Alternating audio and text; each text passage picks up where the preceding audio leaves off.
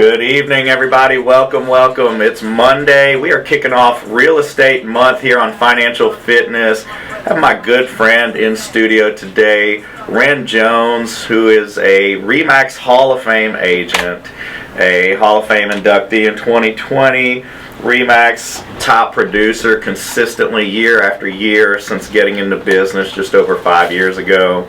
Ren, you do a lot with charity as well, with the Children's Miracle Network. You're deemed a miracle agent. Yes. So that is just something that's close to my heart, where every sale that takes place, whether I'm the listing agent or the buyer's agent, I make a donation to the Children's Miracle Network. Yes. So it really adds up, and it's just something that I feel is important that we give back to our community, especially when it involves kids. Yeah, nothing, I swear, nothing breaks my heart more than when I see terminally ill or very ill children. Absolutely. That's one of the hardest things I think there is to witness. Agreed. So I'm just blessed to have the opportunity to work in this industry, and the fact that RE/MAX makes it very easy for us as agents on a national level. They've set it up to where we can make that donation, and your customers get a confirmation card, and you just know it's going to something worthwhile. Absolutely, that's beautiful. And you're a second generation agent with RE/MAX, is that right? Yes, and it's funny, Brandon, because my dad just recently retired from real estate in December, and he's the one who encouraged me to get into real estate. But for both of us, it wasn't our first career. Okay. So we started in different things. He was a business owner. He had a printing and advertising business, and did different types of sales jobs. Got into real estate. It was a great fit for him, and then he just kept whispering in my ear, "You need to get your real estate license. You need to get your real estate license." And finally, I listened to him and did it, and I haven't looked back. It's been a great, great thing, a great career change, and I've enjoyed every minute of it. Well, enjoy your retirement there, Big Jim. And I know you guys both won Most Cooperative Agent Awards as well, right? We did. That's very cool. It's important, and as you know, in what you do, it's all about relationships and the goal, and just trying to get our clients to where they need to be and working together to achieve that goal. And so I had the privilege of working on a lot of deals with my dad, and I enjoyed working with all of the folks that were involved on the lending side. Yes. On the even the other agents. You have to work cooperatively to get the goal accomplished. Absolutely, and all our agent friends out there listening, you could probably agree. There are agents in this business that will make a transaction an absolute headache and nightmare the entire step of the way. Yep. And there are agents that make it a truly enjoyable process. And it's amazing how simple either of those things can be if you just choose to do things the right way. It's true. Same, with you too. You make it easy for folks or right. not, and you stand out among the others. It's a fact. Mm-hmm. So it's wonderful when we've got cooperative agents that are easy to work with. It makes my life so much easier too. And vice versa, absolutely. So, Ren, tell me a little bit, what do you see? I mean, you've sold well over $100 million in real estate in these first couple of years in business. What are you seeing in the market currently? So, if you rewind a little bit to the pandemic, home prices really started going through the roof at that point. A lot of people were working from home and decided, hey, I might need, more house, or I need to do some renovations. So things started happening at that time, and we started to see a decrease in our inventory, which was interesting. So a healthy market has about 6 months of inventory. Right. And, we were operating at, and still even less, and right around the 3-month supply. So there's just not a lot of inventory, and that just hasn't changed since the pandemic. At the time, mortgage rates were very, very good. The 2% range. Exactly. Made it even more attractive to buy. It really was. So you have the low inventory, the low mortgage rates, and so it was honestly, and you might have felt the same way, a little out of control, a little crazy, I felt like. I called it shooting fish in a barrel. Yeah, it was, you were seeing buyers who were waiving waiving appraisals, they were waiving inspections, and you're in multiple offer situations. So it was just, in my opinion, not a healthy market. Yeah, it was an anomaly. It really was. And so now home prices have started to cool off a little bit. We've seen 3 straight months of some slowing growth. So I think the market is normalizing. Yeah. And, you know, of course, you can speak more to that with regard to rates and things. In just my history, and even as a buyer myself, when my husband and I bought our first home, I want to say our interest rate was close to 9%. Yeah. And so interest rates have gone up and down. We were spoiled just for a very long time, but they're still not bad. No, rates, people have a misconception, and you know, that's why I like being back out independent now and having the lowest rates in the industry. Exactly. You know, so we're seeing rates in the 5s. Yep. Some of our government products even down in the upper 4s, but I mean, rates in the 5s, like you said, historically, that's a normal rate going back 7-10 years. You know, so we had a run there where rates were in the 4s, and then we had that anomaly where they got into the 2s and 3s. Right. But that's not something that's sustainable long term. Exactly. So, exactly. So I think we're going to be normalizing, Yeah. and that's okay. So, you know, I would just want to say, buyers and sellers, don't freak out. Yeah. You know? and I know you work with a lot of sellers. Yes. And a lot of listings. Yep. So, is it a good time or a bad time to sell? What's your thoughts there? I think it's always a good time to sell. You know, if you put things off, no one has a crystal ball on what's Yeah. going to happen in the future. So, you know, what they're telling buyers right now is that if you wait to buy, you think the interest rates are going to go down, then what you're doing is you're giving up possible appreciation in a home that you could buy. Right. So when you factor that in, you know, over a 3-year period, really it makes more sense to go ahead now and make a purchase and have that equity work for you instead of, you know, renting. Right. So I try to share that with, you know, my clients who are looking to sell, that there are always going to be buyers in the market. Absolutely. And, you know, right now I happen to be working with buyers who are relocating to Baton Rouge for jobs. So that is still happening, and they need to find homes. So my, you know, opinion, of course it's an opinion, but you know, it's not a bad time to sell. Yeah. It's not at all. I think you should, if you're ready, you know, go through the steps that you need to go ahead and make that, you know, step. Right. We actually had a software that we used, and it had a cost of waiting simulator. Ah. And we used to use that a lot for buyers and clients who were on the fence about Yes. buying. And we would take the average increase in interest rates, which was far below what rates have done this year. Sure. You know, just 1/8% over X amount of months or so. And then we would show average appreciation rates. Yes. And based on the zip code, the area they were looking, it would give them a fully detailed printout of what waiting 6, 12, or 18 months Right. could potentially cost them in the long run based on appreciation and That's right. the interest rate going up. Just the rate going up 1/4%. Right. And it came out to be, depending on the price of the home, tens of thousands or even $100,000 or more dollars over the lifetime of that home by waiting 6 or 12 or 18 months. With the way rates went up this year, Yeah. we didn't even have that in our software because rates have gone up Sure. 2%, 3% in some cases this year, Right. just in a matter of 6 to 9 months. So the cost of waiting, if you were someone who was thinking, I'm going to wait till things cool off at the end of last year, Yeah. you're really kicking yourself now. That's right. Because that house that you were thinking, I might wait a little while, and Yes. you had an opportunity to get it at Yep. 2 or 3%. Now, some people can't even afford to buy Right. what they were looking at last year. Before. Right. And the so buying power is less. The buying power went down. So waiting, I think, is never a good idea either. Agree.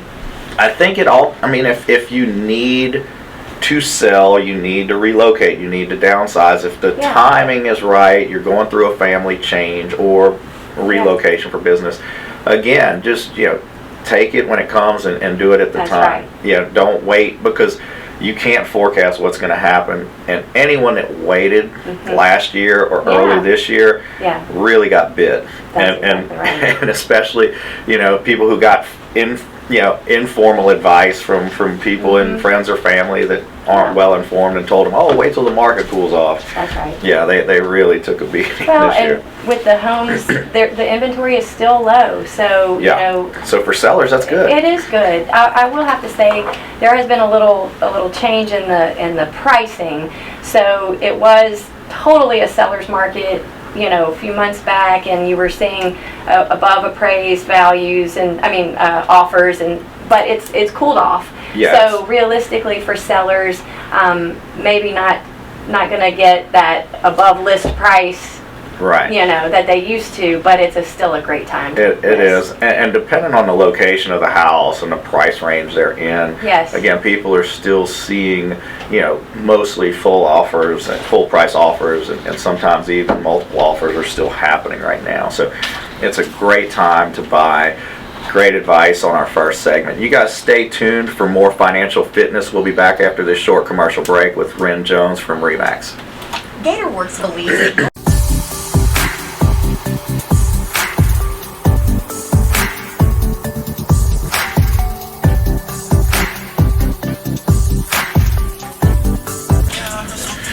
Welcome back. Our second segment of Financial Fitness. We're in studio. It's real estate month. The market is shifting. People are talking. Lots of rumors we like to dispel with real professionals who know what's really going on. And Ren, we were talking about listing and it being a good time to sell. What steps should someone take before listing their home? That is a great question, and it's very, very important in the process. The saying you only have one chance to make a first impression, and that's the way I look at it and talk with my clients, because sometimes they're anxious and want to put the sign out right away and let's get it on the market, at Friday. But in my experience, taking a little time and investment on the front end is going to pay dividends in the long run. Because if you even just put the math to it, and it depends on the scenario, but let's just say, the recommendation might be to do some painting. For the $750 you're going to spend to paint, the amount of money that you're going to save in an offer is much, much more than that. Meaning, let's say you don't paint and someone walks through your house, they're going to discount it in their mind and devalue your home much greater than $750. So it's an interesting process, but the thing that I always say is, hey, let's go through and make a punch list of things that make sense to do, that are doable, and look at a timeline, and they can usually be done in a pretty quick amount of time. I would say on average, unless it's just a disaster, in about a 2-week span, to button up, to fix, to do some painting to the yard, these things can be done. So that you're going to have a more success when you list it. So it can happen pretty quickly, and I think that meeting with your agent and having them make recommendations to you on what's going to matter will be very important. And I think the key is a really sharp agent that truly knows the things to do and also things not to do. Yeah. I've seen bad advice, overspending, and things that didn't really add value, and the client spent $10,000 doing things that didn't need to be done because they might not even be the things that a new buyer is going to want, far as flooring or carpet or things like that. So I think that's where it's key too, to really have someone who really knows what you should do, but also what you shouldn't spend money on, because it may not pay off in the long run for the sale of the house. You are exactly right, Brandon. And I've had those talks with clients where they will say, hey, Ren, we were thinking about doing this. And I have said, actually, I don't think you need to spend your money there. I just don't think that you're going to get your return on your investment. Whereas there are other things that seem minor, that they're like, oh, we probably don't need to worry about that actually do matter. Absolutely. So, and it's all about perception, and you don't when someone is looking at a home, you don't want their attention to be diverted to the imperfections that could easily be corrected, Right. and the clutter that could easily be corrected. Yes. So a clean slate, a well-maintained home with a little effort on the front end before you actually pull the trigger to put up the sign and have it in MLS is going to make all the difference in the world. Yeah. But your realtor should be able to help you with that. Right. You know. And that's where I think it's key. What things are important in selecting a good realtor? There are so many great agents out there, and I've been lucky Don't lie. to work with them. There are a few. No. But I think it's about a partnership, and I think that you should look for an agent that is truly going to partner with you and to have some skin in the game. Yeah. And I do that, so I'm not even kidding. Do you see the blisters here? And this is maybe over the You top. got mechanic hands right well, there. I do. You got some cuts and nicks and well, bruises why? on them. Because I was cleaning up debris on the top of a flat roof of a carport, Yeah. before to help this listing. Now, you don't always have to do this, agents. I don't mean that. I'm not, making us into something that we're not. But, if I see something that needs to be done and I can help, Right. it's a partnership. And that also means on an investment side. If I can make an investment on the front end a little bit and help contribute, buy the paint or help line up the contractors to do the work with my clients, then that's a business decision for me. Right. Because I know it will pay dividends. So rather than spend that money on an additional open house or an ad, I can spend the money on the front end, bring some plants for the patio, do some things on that as an investment from my point of view to help get the listing in the place that it needs to be. And I don't think all agents do that. So, I would say it's important to find out what they're willing to do, and you shouldn't expect them to go, clean the branches off of your roof. That's just what I do.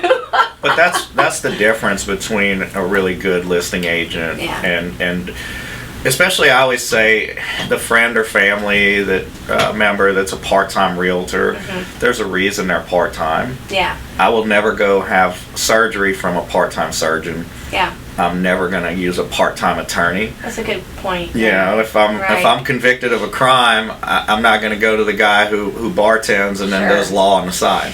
Right. It tells me that you're not really that good Yeah. at your profession if it's just a side hustle. Sure.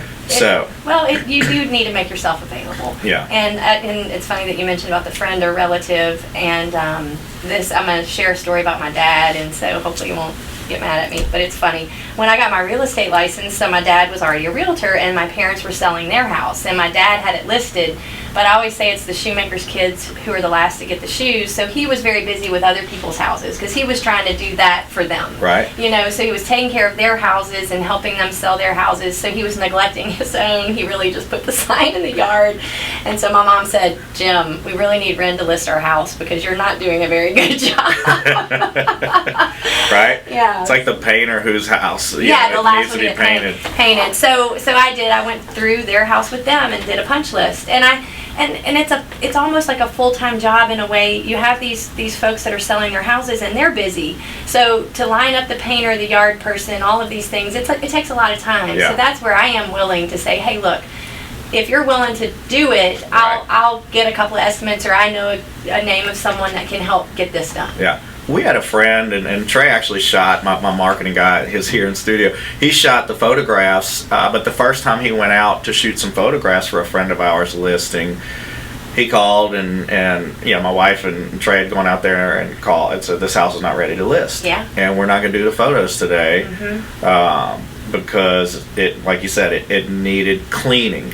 It needed decluttering. It needed paint, and it was a rental. So my friend, she didn't keep her house this way, but her Sure. tenants did. Absolutely. One thing we laughed about was the backyard. Yeah. There was literally a shotgun attached to the wooden fence with panties stapled all my over the fence. Gosh.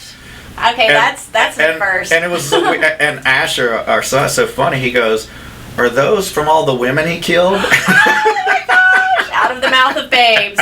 What? Yeah, so I mean, Yeah. but Trey had shot us a picture of that, and we all laughed about that. Yeah. Like he just sent us that picture. And he's like, "This is not ready to list." No, I would say that's definitely not ready. But, well, and you know what? You make a good point with the pictures and things. That's another thing that is very important, I think, are getting some professional pictures. Right. Invest the money. Absolutely. And that's what your agent should do. Your You know, agent should pay for that. Absolutely. And now, since COVID, I didn't do videos for as many listings, but it's become a little more commonplace that you need to do a video too. Yeah. And you have 8 seconds to capture somebody's attention online. Right. That's it. If Yeah. they don't like what they see in the first 8 seconds, they're on to another listing. Absolutely. And the pictures are huge. I can't tell you how many poorly done iPhone my camera gosh. phone pictures I've seen in listings. And that just speaks again to how little effort the agents are putting into it. I've told this story before, but I'll tell it again because I think it's relevant. I bought my house early, middle of 2020, early in the COVID shutdown, when everyone was panicking and everything was still closed. Right. So they had just discounted the price dramatically. So I stole my house.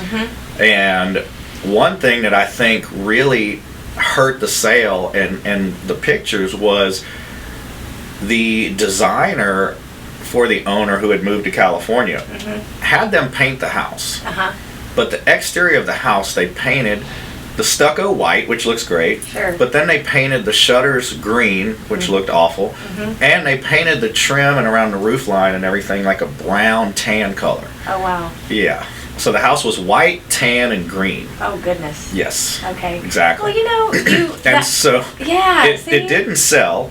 Well, good for you, though. Lucky for me. All I did was paint the tan part Yeah. white to match the Sure. stucco, and we painted the shutters black, and the Yeah. house looks like a totally different house. It's true. Well, you want to appeal to the masses, if you will. So in every price point, you have a certain number of buyers, and if you paint your house a color that's offensive to someone, you've already excluded a portion of buyers. Exactly. So you have to appeal to as many people as you can. You Yeah, know? exactly right. And just like those really loud, bold colors, Yeah. pink bedrooms and blue bedrooms It- and red, it's too much. Well, it is, and that might have been what they loved. And there's another little story. I had a house that I was going to be. Oh, we have to break. We're going to have a short Oh, break. I love but to. Okay. After the break, I'm going to let you tell that story. So Okay. you guys stay tuned for the second half of Financial Fitness. We're going to be back after this with I got Ren a Jones. story. Hi, I'm Drew Brees.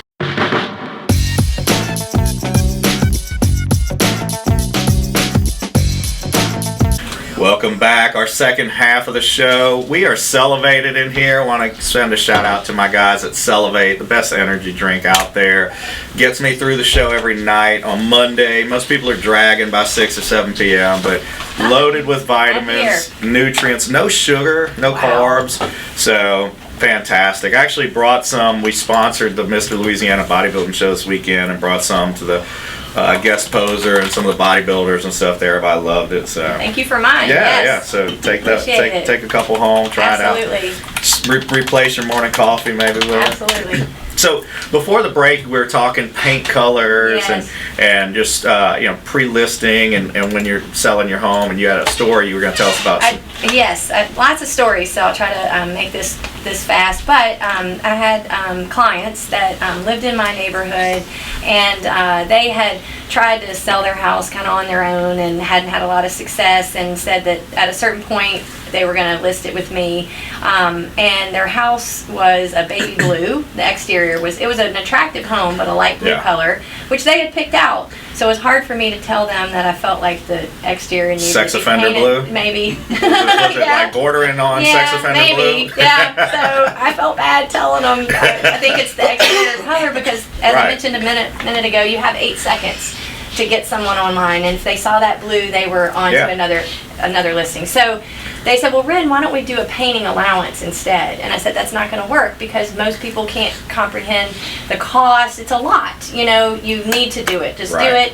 I don't even think you need to lower the price. I said, I just think we need to paint the exterior. So we did, and I don't remember exactly what it cost, but it was less than the painting allowance that they were willing to give and less than the price reduction that they were considering doing. Nice. We painted the exterior, took new pictures, buttoned up the yard, all of this, and the house went under contract. Perfect. And so, it's interesting, the things that matter, but it does. It matters to put in a little bit on the front end.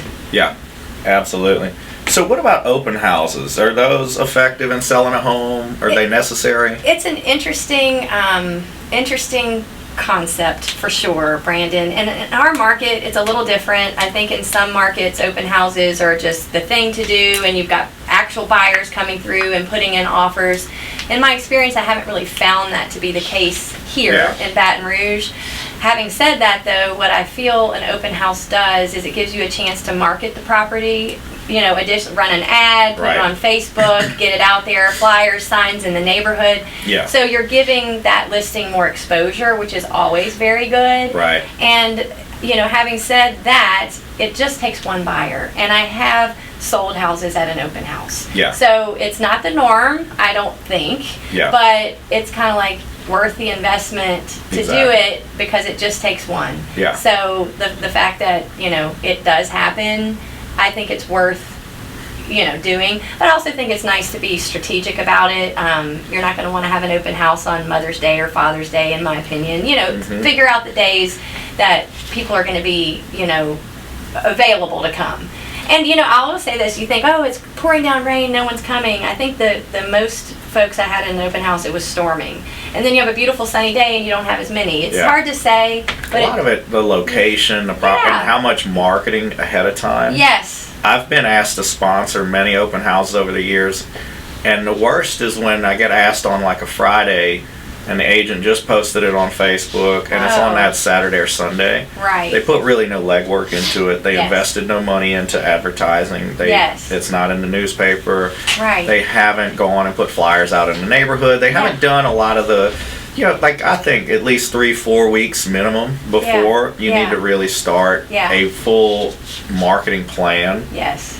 For the open house, if you're going to do it, to have any effectiveness. Because I quit sponsoring them for anyone who wasn't a real professional putting in at least 4 to 6 weeks of prep time, because I would spend money sponsoring an open house, buying food, and I'd go sit there for a couple of hours and it would just be me and the agent sitting there and no one would show up. That's right. Because they didn't put in the upfront legwork. Well, and one thing that is a good idea as an agent, and this is about the cooperation, if there are several houses in a neighborhood that are for sale, you can reach out to the other agents and say, hey, why don't we all do an open house on this Sunday, and then you have the opportunity to help each other and to build up the traffic. Yep. So, we all do compete, but yet we're all working for the same goal. And maybe my listing isn't a fit for someone, but the house across the street might be. So if we can kind of,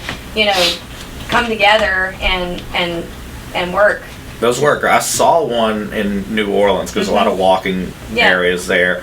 And it was an open house tour. Yeah. And they had a walking tour and they had all these beautiful homes in the Garden District for sale. Right. And like you said, they collaborated, all different agents, all different agencies, because all the houses are different. That's right. So the one buyer, like you mentioned, you just need one that likes it. The one buyer that saw your house, you might see, they see another one, they tell their friends, and hey, I saw a house that I think would be perfect. So. Well, and you do get a lot of nosy neighbors that come to the open houses too.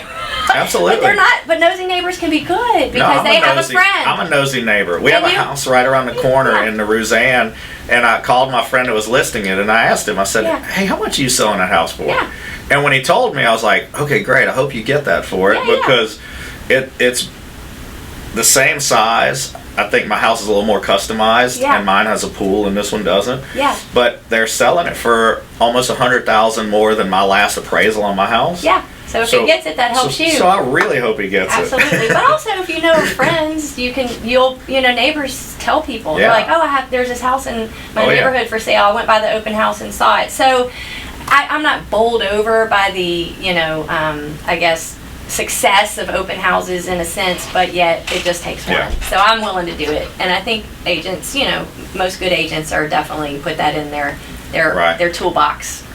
I agree. So is there a better time of the year to sell? Well, okay, we're just going to take this past spring and summer off the table because that was an anomaly, as you said, right? If you just think over time in the natural market, typically the spring and summer is the best time to sell. Peak season. It is peak season because people have got spring fever, but they are a lot of families are entertaining. The summer is coming, and that's when they would like to make a change or job change, as people do in the summer, and they want to get all situated before the School fall year season starts. and school year starts. And so, in general, the spring and summer tends to be a better selling season.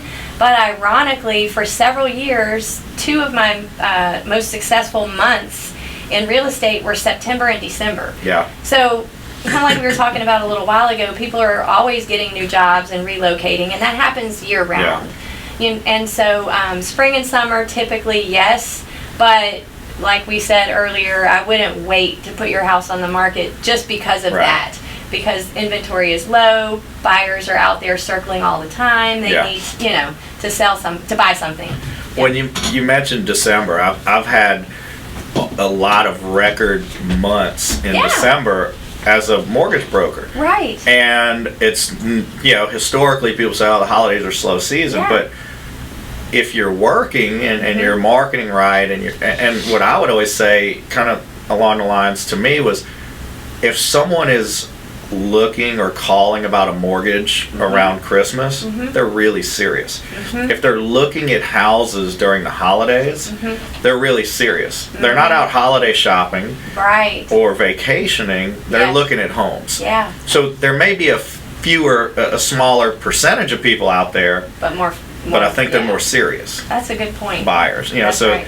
that was always the way I looked at the holiday season. Right. Was that the people you do talk to, Yeah. I think the buyers and the sellers and people around that are a lot more Are more serious about what they're doing. Sure, absolutely. So I say, don't wait. Like Yeah. you just said Right. earlier, just don't. And we got about 45 seconds before the break. Ah. How long should it take to sell a house? Right. Well, that's a loaded question. No, gosh, yes, no. So of course, the spring and summer it was minutes, but you look at average days on the market, and so 2021 compared to 2022, it was 27 days in East Bainbridge Parish, Okay. and then 2022, 22 days. So that's just what you're seeing on average. Right. So you don't want to be above average on days on the market. Right. And then you need to talk to your agent because they probably have in place, milestones to after so many showings. If we haven't gotten an offer, we may need to consider a price reduction. Right. Or what do we need to change? Or what feedback are we getting so that we can get this property sold? So you want to be under that 27, 22 days on the market Okay. average for sure. That's good. That's good advice. Mm-hmm. So we're going to take a short commercial break before we come back for our final segment. Thank you guys for tuning in. Stay tuned. Like I said, we got one more segment. Stay elevated. Come back with more financial fitness after this.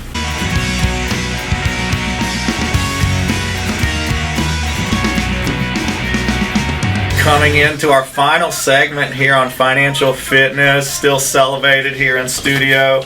Our final segment here, we're talking real estate selling with one of the top selling agents in the industry, RE/MAX Hall of Famer Ren Jones. Makes me sound really old. What's amazing though is you made the Hall of Fame and you only been doing it for 5 years. Well, 7. Seven now. That's fine. 5 years Yeah, at well, the at that time. time. At the That's time true. when you got Okay. in, yeah. Okay, sure. Yeah. So yeah, that's pretty impressive. Thank you. So what constitutes a Hall of Fame agent? What got you inducted? So it's a certain volume through RE/MAX. So Yeah. it's a RE/MAX honor, if Yeah. you will, and so you just have to achieve a certain amount of Right. of I know dollar you've done amount, over 100 you million know. in Yeah. real estate, so yeah. And so RE/MAX is a great company. I feel very fortunate in my brokerage, RE/MAX Professionals. So we got a lot of support, but they Yeah. do recognize their agents in a lot of ways. So that was nice. That's awesome. It was, yeah. That's awesome. Now, we've been talking about the do's, we've been talking about prepping and getting ready to sell your home. What about any don'ts? Do you have any don'ts, any advice, things not to do? Sure. A few, and some will be more funny, but just serious. Candles and smells. I'm not even kidding. Like when you list your house, I've gone in to show houses and they have like these crazy candles all over the place, and it is the smell. Overpowering. Like it is. It really is. So and what you like, someone else may not like. True, and it's again appealing to the masses with the paint colors and things. So I find that just so funny how folks will like want to put all these plug-ins or candles and things like that, and that's a small little one, but I'm serious. Like I feel like don't do that. Everyone's. And I'm gonna tell a funny story. Landon was with me. We were in Beverly Hills, and we went to this cologne and perfume store. Yeah. Because I said, man, I need a new cologne. Sure. So we go in there and we're looking, and smelling all these different colognes. And the guy's showing me they got everything from $100 normal stuff to $1,500, $2,000 bottles of cologne. Wow. And so there were a few that we really liked. And he's like, I'm going to show you some. These are really ethnic, and you tell me what you think. Okay. And he gave me the first one, and I went, whoa. I was like, that smells like horse manure. And I almost cursed on the air just now. But I was like, that smells like a horse stable. And he goes, yeah, it kind of has a fecal aroma, doesn't it? I said, who the hell would want that? Serious? And there are people that would fly in to purchase that. Yes, right, yes. But not you. No, and this was, but that's what I'm saying. Sure? Like everyone's palate is different, right? $1,500 for this cologne. It to me smelled like a horse stable. But it's just everyone has different tastes. So just you want to try to appeal to as many people. So strong smells are just something that I've noticed that's easy to correct. Don't do that. Yeah, it's a turn off to some people. It is. And then personal pictures and things. It's really best to take all of that down. Right. Because people want to see themselves in your home. Instead you'll walk in and be like, oh, I think I know them. Or, they start getting sidetracked looking at pictures. So I would say let's not keep all of your personal pictures out. And and then when the listing's up and you as a seller get an opportunity to approve a showing, of course you need time to button up your house, and last minute showing requests are, that's It happens. It does happen, and they understand if you can't accommodate it.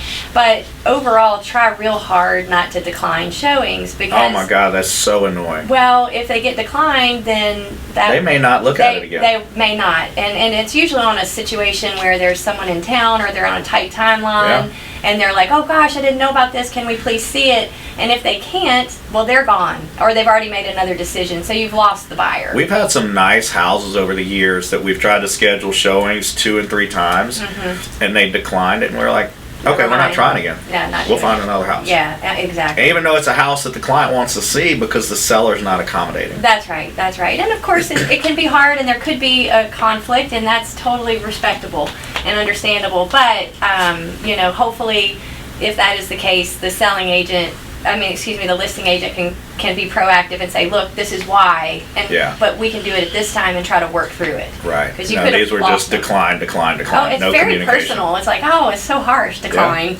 Yeah, like no explanation or anything. No, exactly. So you need to be accessible. The house needs to be accessible. That's a really good point. Exactly. And so those are just small little things that I would say are important. And another thing, if you are the seller and there is a showing, it's always nice if you can leave the lights on, so the agent, because a lot of times as agents, as you're, with your wife, we're showing several houses in a row. So when you get into that house to go turn on all the lights and make it look as nice as possible, you don't always have time. That's a good point. So little things like that make a big difference, So I would say just be patient and take the advice of your listing agent on the little things to do. Tackle the punch list, and I always say, look, you're moving anyway, so start boxing up stuff. Just start boxing up things, and you're already one step ahead. I just thought of a few little things because I've been on several showings, like little things that annoyed the heck out of me.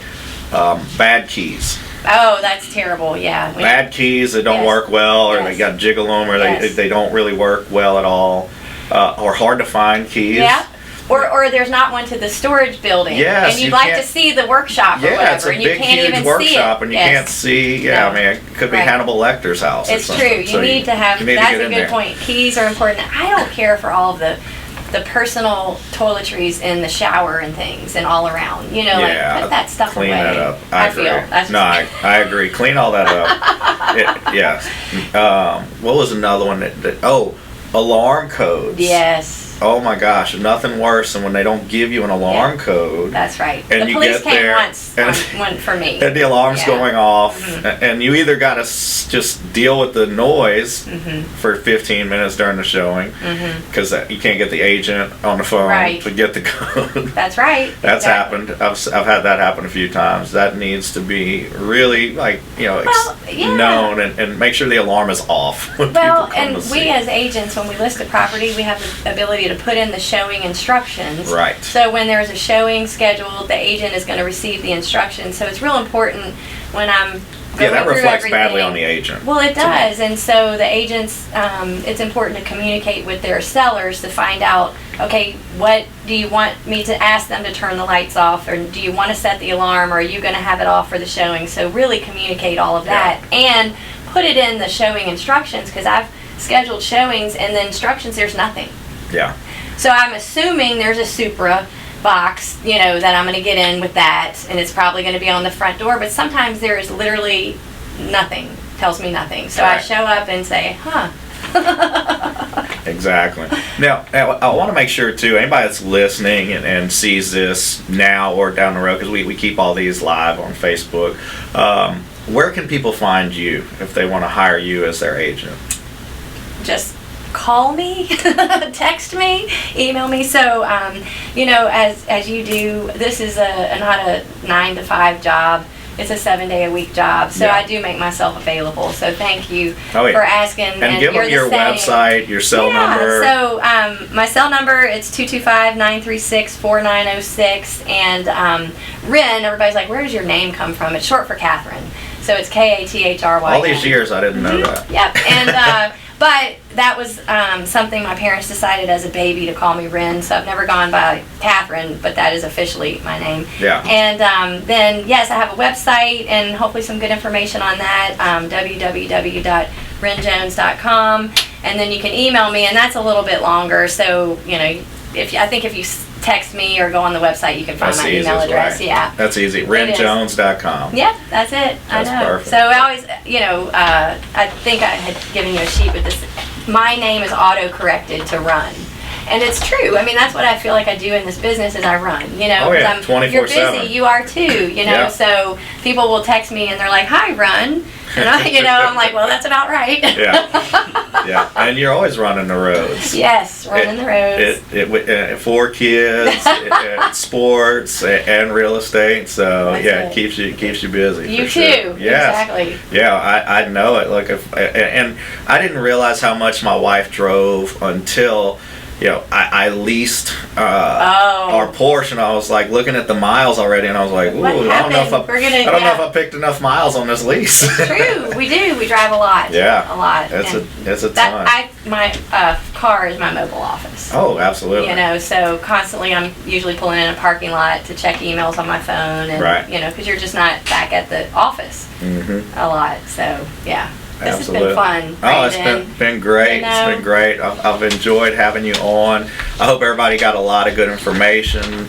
And again, if anyone has questions, they want to reach out, give them your phone number one last time before we end.